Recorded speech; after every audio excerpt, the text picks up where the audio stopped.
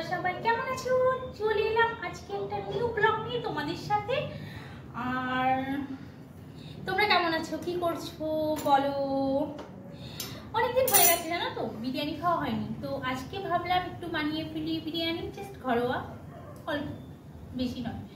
তো তোমাদের সাথে সেটা শেয়ার না করলে হয়? সবকিছু শেয়ার করি, আর রাজকীয় ব্যাপার শেয়ার না করলে চলবে না। বিরিয়ানি মানে শুনেছি রাজকীয় ব্যাপার, বাচ্চাদের ব্যাপার, তো এই জিনিসটা যদি শেয়ার না করি, অভাবে শেয়ার করছি, আর বাচ্চাও ব্যাপার যদি শেয়ার না করি তাহলে কি করে হবে বলো? এই জন্য চলে এলাম নিউ ব্লগ নিয়ে তোমাদের সাথে। আর এদিকে চাপিয়ে দিয়েছি ভাতের জল, আর দেখো বসিয়ে দিয়েছি কড়াই। তো এবার একে একে কড়াই গরম হওয়ার অপেক্ষা করছি। ওকে, আর দেখো জাস্ট অনেক রাত হয়ে গেছে, হ্যাঁ 9টার উপরে কিন্তু বেজে গেছে। আজকে মনে হলো বিরিয়ানি খাবো, তো ওই জন্য, না হলে কিন্তু রান্না বান্না ছিল, তো কি করবো, এরকম একটুখানি আলু নিয়ে নিয়েছি। রাতের বেলা কেউ খাবে না, কারোরই মন নেই যে রিচ খাবার খাবে, কিন্তু আমার প্রচন্ড মন, তো বানিয়ে ফেলছি আজকে। তোমরা সাথে থাকো পুরোটা। আর তোমাদের আমার ব্লগ কেমন লাগছে অবশ্যই কিন্তু কমেন্ট করতে ভুলো না। তোমরা কিন্তু কেউ কমেন্ট করছো না আমার ব্লগ তোমাদের ভালো লাগছে। কার আমার ব্লগ ভালো লাগে অবশ্যই কিন্তু কমেন্ট করবে। ওকে,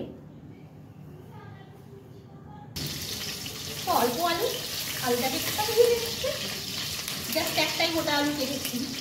কেউ আলু খাবে না, কি করবো বলো? আর তোমাদের কারটা ভালো লাগে বিরিয়ানি খেতে অবশ্যই কিন্তু কমেন্ট করে। এখন সবারই ভালো লাগে। আর তারপরে দেখো আমি আলুগুলোকে ফ্রাই করে নিচ্ছি। ওকে, আমার কড়াই অবস্থা দেখে কিন্তু তোমরা কেউ কমেন্ট করো না। আবারও তোমাদেরকে বলছি, আমি কিন্তু খুব ফুটে আমি বাসন মাজতে পারি না। দেখতে পাচ্ছ তো কি অবস্থা।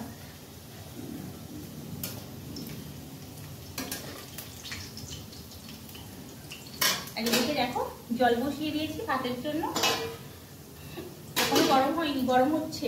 রাত কিন্তু অনেক হয়ে গেছে, জানি না কখন তৈরি হবে আর কখন খাওয়া দাওয়া হবে। যাই হোক, কি আছে, টেনশন তো কিছু নেই।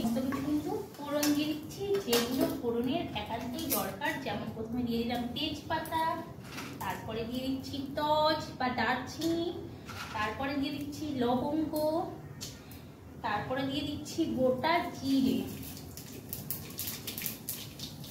আর গোটা পর দেখো ফোড়ন দেওয়ার পরেই কিন্তু আমি দিয়ে দিচ্ছি পেঁয়াজ। ঝটপট করতে হবে, অনেকটা লেট হয়ে গেছে, তোমাদেরকে আগেই বললাম। আর ফটাফট কিন্তু রান্নাটা আমাকে কমপ্লিট করতে হবে। তো চলো ঝটপট করতে থাকি, ফটাফট দিয়ে যাই।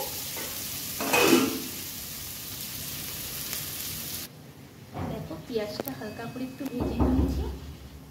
আর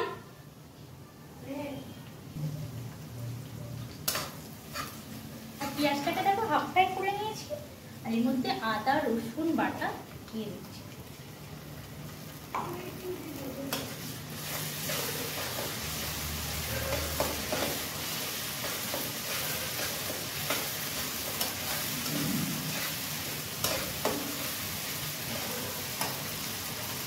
আদা রসুনটা দিলে না চরবার করে ওঠে, তিনজন একসাথে না জন্য।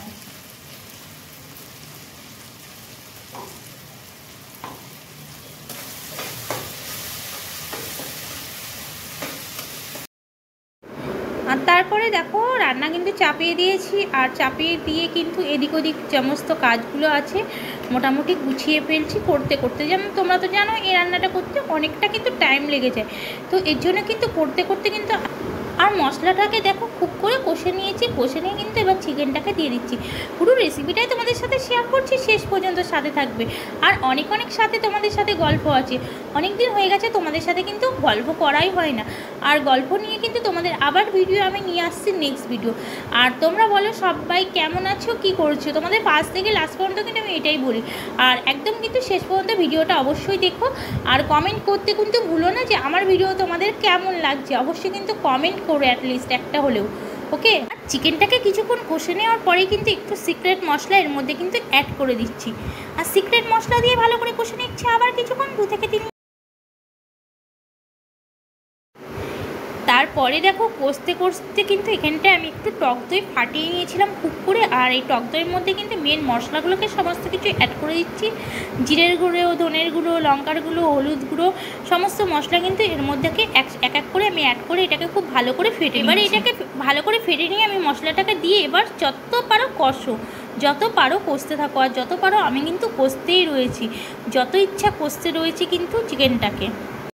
আর কষতে কষতে কিন্তু আমি দেখো হালকা গ্যাসে কষছি, তার জন্য কী করবো, ততক্ষণ বসে দাঁড়িয়ে থেকে লাভ নেই, একটার পর একটা কাজ করে নিই। তো সমস্ত কিছু হয়ে গেছে পরিষ্কার, তো বাসনগুলোকে এবার ধুয়ে নিচ্ছি আর তোমাদের সাথে কথা বলতে বলতে। আর এদিকে দেখো চিকেনটাও প্রায় কিন্তু হয়ে এসেছে আমার, বাসন ধুতে ধুতে চিকেনটা নামিয়ে নিয়ে কিন্তু আমি ডাইরেক্টলি একদম বসিয়ে দিচ্ছি জাগে। আর এখানে তাওয়া বসিয়ে দিয়েছি আর আমি জাগটাকে রেডি করে নিচ্ছি। দেখো আমি 10 থেকে 15 মিনিট জাগ দিয়ে দিয়েছিলাম। আর জাগ হওয়ার পরে জলটা যখন দেখছি উপরের জলটা ফুটে ফুটে উঠেছে, জানলাম হয়ে গেছে।